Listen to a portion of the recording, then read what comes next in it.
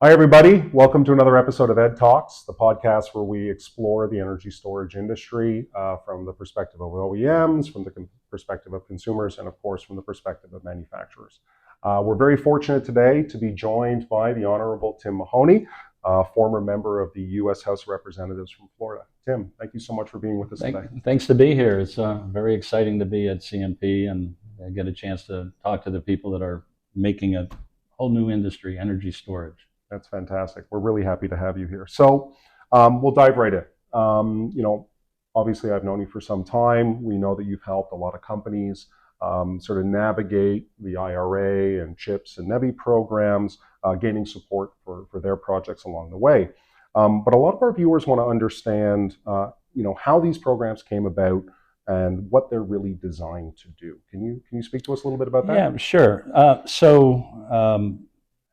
As a result of a couple of factors, politicians like to think that they're responsible for everything. But the reality is that other events happen that cause opportunities to occur, and then it's up to the administration, whether it would be like the Trump administration or Obama or Biden, to take advantage of that and to fashion that into a policy that works. Mm-hmm. So in this particular case with the Biden administration, what happened was that as a result of COVID, that really revealed the fact that our country, Canada, the United States, we were, exposed, because if we wanted to build ventilators, yeah, we could build them in Detroit, but we couldn't get the parts to build them because China was closed. Right. So that was one of the big factors. A second factor that occurred was the fact that advanced manufacturing engineering. So over the years, a lot of what was very labor intensive and caused companies to move offshore. Mm-hmm. Now the technology is such that things can move onshore. A good example of that is what you guys do at CMP every day. You have lots of different clients, all manufacturing different technologies. Mm-hmm. And because of your advanced manufacturing technology, you're able to service all of those companies. Yep. And they all have different demands. So Biden didn't have anything to do with that. Mm-hmm. However, as a new president coming in with a train wreck of an economy due to COVID, he realized that he could take these factors, and by getting some legislation passed, mm-hmm. he could expedite the movement of onshoring, getting companies to set up factories, using American taxpayer dollars to build the factories. And that's exactly what he's done. And it's unusual. Mm-hmm. Hasn't been done probably since the 1930s and with the Great Depression.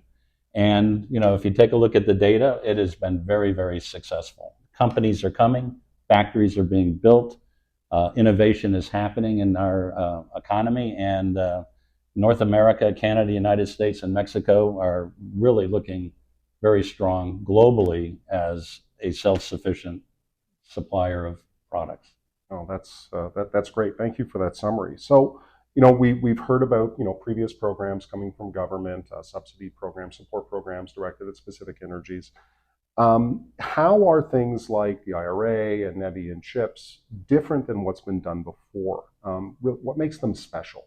Yeah, so government has ages, over the ages have a number of procurement vehicles, right? Mm-hmm. So a lot of people listening probably know about SBIRs and things like those programs. This is different. This is really a major public policy change, and it identifies itself in how you get the money, right? So the IRA is the funding vehicle that Congress passes. But what happens is that the Department of Energy under Secretary Granholm has been organized like a corporation. Okay, the guys at the Vehicle Technology Office at the Department of Energy, they've got tattooed on their forehead 50% of all vehicles manufactured, okay, in 2030 be electric vehicles. So when that team shows up at the Department of Energy every day, they're consumers. Mm-hmm. They're not socially handing out money. They're looking at it and saying, in order for the United States to achieve that objective, we need these technologies. Right. These companies have it. Companies that don't have it need money. We'll invest in research and development. We're going to give money out to take these products and do demonstration projects, tens of millions of dollars to prove that what the government funded, right, in research and development can be done to scale. And then they're giving out, either in loan guarantees or direct grants, the money to build the factories. Right. Right? So this is the thing that's different. And it's happening. It's happening both in the IRA with battery factories coming to the United States. It's happening with big chip manufacturers, Intel building facilities. And if you take a look at where the money is going, that has been spread out. But the winners are people that have technologies that are key for the government to achieve its objective. It's Right. really important to understand that, because a lot of people think, oh, government, they just have a bunch of money and they're just handing it out. No, it's a very, very focused effort on the part of the United States government to make this change. Okay. So they're being very selective. Very selective. And they're choosing their partners very carefully. And yes, they are. And a huge amount of that money is going into research and development. Oh, that's fantastic. That's how this industry is going to continue to thrive and grow and really be competitive on a global scale. Yeah, and you know, if when you take a look at what it takes to be successful at scale, innovation is obviously the sexiest, right? Because you create the new electric vehicle, or the new robot, or the new GPS guidance system. But the reality is that it's manufacturing engineering is the weak link in the whole process.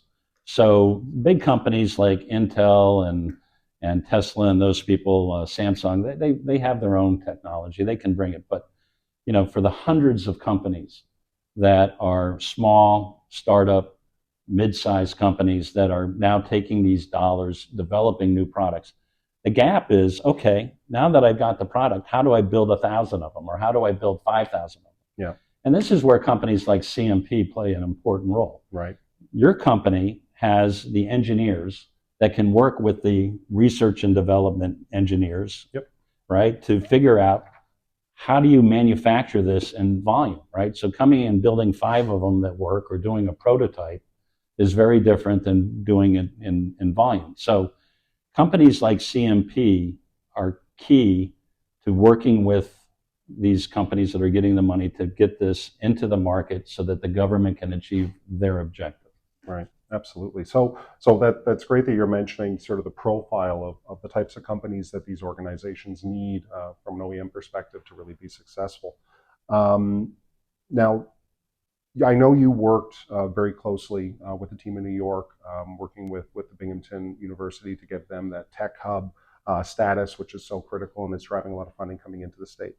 When we talk about those types of companies that OEMs are looking for and the capabilities that they need to have to be supportive of this industry, how critical is it going to be for those companies to work with organizations like the Tech Hub out of Binghamton, New York, or other regional groups to identify their own gaps and get the support they need so they can step up and be an ideal supply chain partner to a major OEM? Yeah. So Tech Hubs is a strategy, a very high-level strategy that the government is looking at investing over the long term, right? Long term being a decade, 2 decades. And so what they're trying to do is they're trying to address a couple of different issues. The first thing I will say about any of these programs where you're trying to incubate a certain industry, which is what a tech hub is. So to get that designation, you have to say, well, we're, in the case of Binghamton, battery technology. Well, and the reason why it's Binghamton is because there's a battery manufacturer there. CMP is there doing energy storage systems, right? And then what they're trying to do is they're also trying to pull in universities, because companies like yours need trained employees. Absolutely. Right? So what they're doing is giving a chunk of money and saying to this collection of companies and local government, okay, what's the plan? What kind of infrastructure do we need in order to grow the plant, including what kind of employees do we need to have? Do we need any more infrastructure like rail or airports or whatever in order to expand it? So it's a longer term strategy. The one thing I will say about it is that it's also an attempt to try to solve the problem I was talking to you about earlier, which is the manufacturing engineering piece of this, right?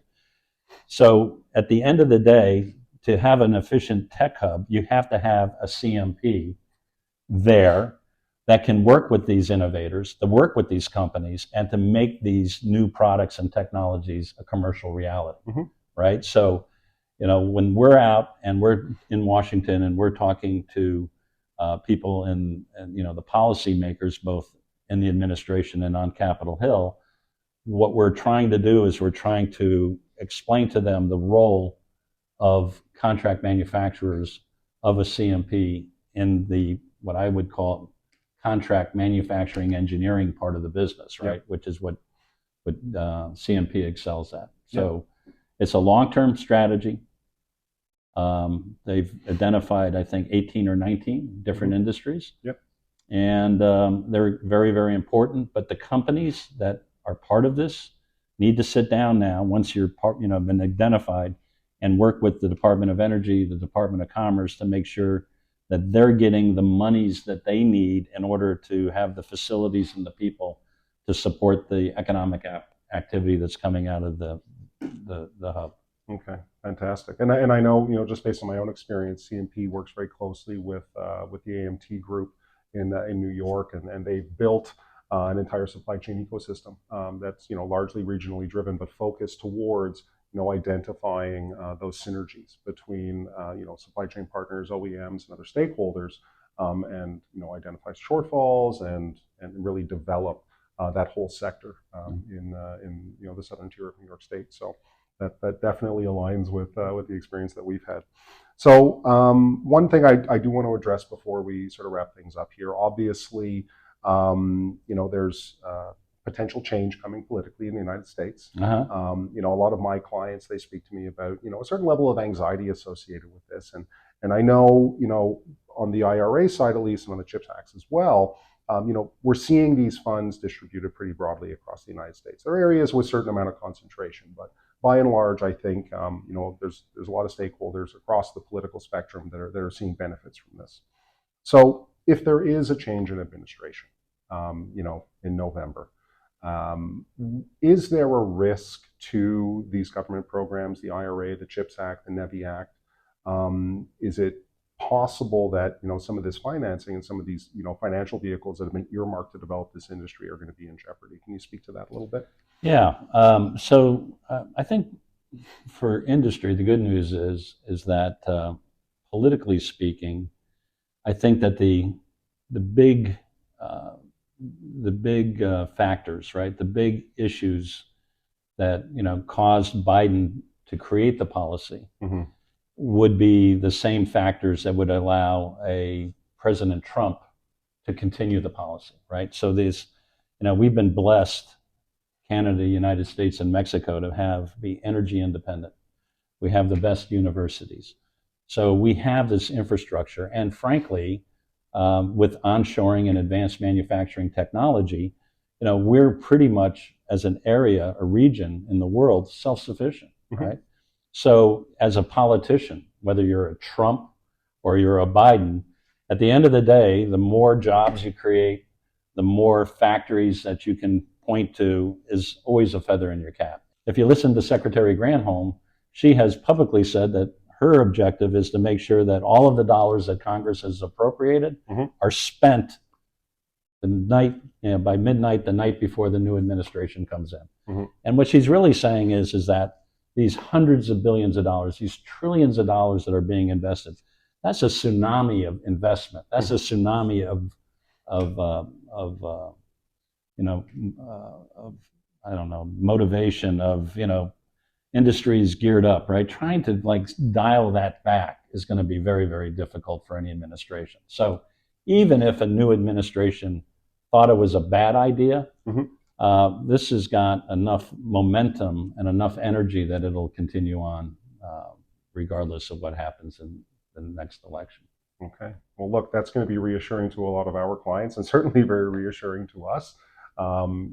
Regardless of what the political realm delivers over the course of the next few years, knowing that this industry is here to stay, that it's well financed, that it's being supported by private industry, by venture capital, and of course by government resources, is really encouraging. Yeah, no, and companies like CMP, If you come and you take a look at what you're doing here, Yep. and you take a look at the technology that you guys have, the company has employed, the range and diversity of clients and all of the different things that you're manufacturing here, Mhm. and how you are augmenting your clients' investments in research and development, right? And giving them a very fast and efficient way of getting to market. Mhm.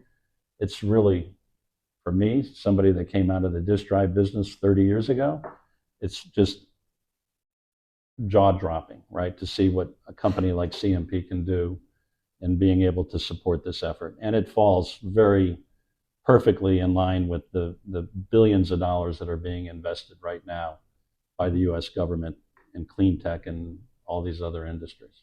Great. Well, look, thanks a lot, Tim. Everything you said about our organization, CMP, certainly rings true for me. We're really, really proud of the work that we do. We're proud of the work that we do with our clients. We're proud of our clients, and hoping to continue to grow. And I can tell you, your clients are proud of you. So they're very happy. That's great. Tim, thank you so much for joining us. Thanks for being Really here. appreciate your time. Please, everyone, don't forget to like and subscribe. Looking forward to seeing you again very soon. And once again, a big thanks to the Honorable Tim Mahoney for joining us here today. Thanks so much.